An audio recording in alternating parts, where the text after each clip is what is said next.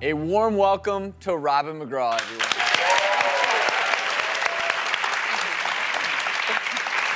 And Robin, what a great initiative. Tell us about When Georgia Smiled.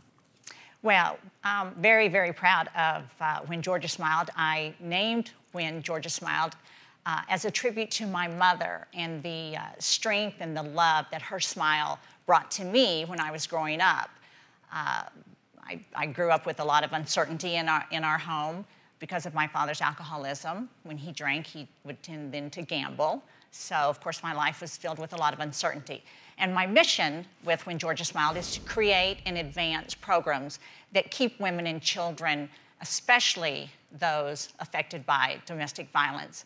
I wanted to enable them to live healthy and joy-filled lives. And I think these programs that we've created through When Georgia Smiled will help them do that. Tell us about your Aspire initiative. Well, I'm very, very excited about this first program. It's an interactive program designed to stop domestic violence. And I'm really excited to say that it's free, and it's available in English and in Spanish. And very importantly, it's designed for 3 different age groups. And each one has its own custom curriculum. So it's for teens and tweens, it's for young adults, and then it's for the older adults, such as us. So one wonderful thing is that it can be used individually. You can do it by yourself, or you can do it with your mother, your father, or a friend or a family member. Or they can be all facilitated by an instructor, like a school teacher or a guidance counselor or a youth educational director, for instance, in a church.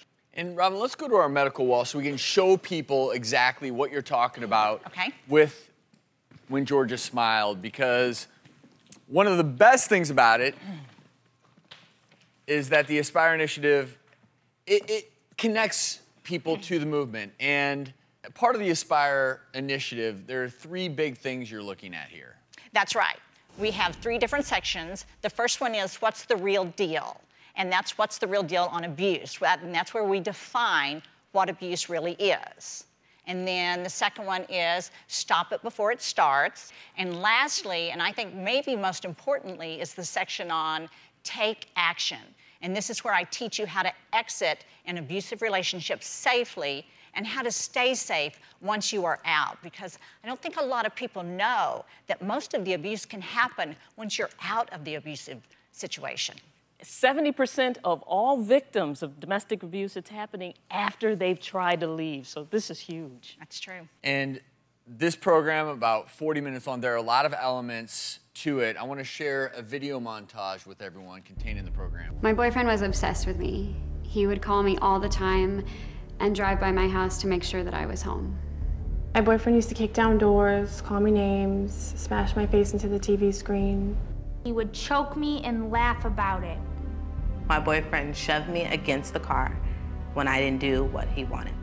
He cracked my skull with the butt of the shotgun. Something you wouldn't expect to happen to a 16-year-old girl. This program is filled with video with real people with shocking stories of abuse. And you'll hear tragic news stories that have made headlines and stories of survival that will grab your attention. You also have interactive elements, right, to the program? That's right. It's filled with quizzes to test your knowledge of the difference between love and abuse, like this one. So this is an example. Your significant other wants you to spend all of your free time with them, even asking you that you skip family events. Is this love or abuse? Is this love or abuse? This is very much a red flag. This is abuse. Isolation is the #1 tool used to control the relationship. Keeping you away from your friends or family only hurts you in the end and puts you at risk for getting in trouble. That's right. You find out immediately, of course, it's abuse, and then you have the red flag to let you know. But we also want to test the user's knowledge of what love is. So we have a question on that. The person you are dating calls to say hi, but you can't talk at that moment, and it goes to voicemail. Instead of blowing your phone up, they wait for you to call back. Is this love or abuse? Is this love or abuse? Love.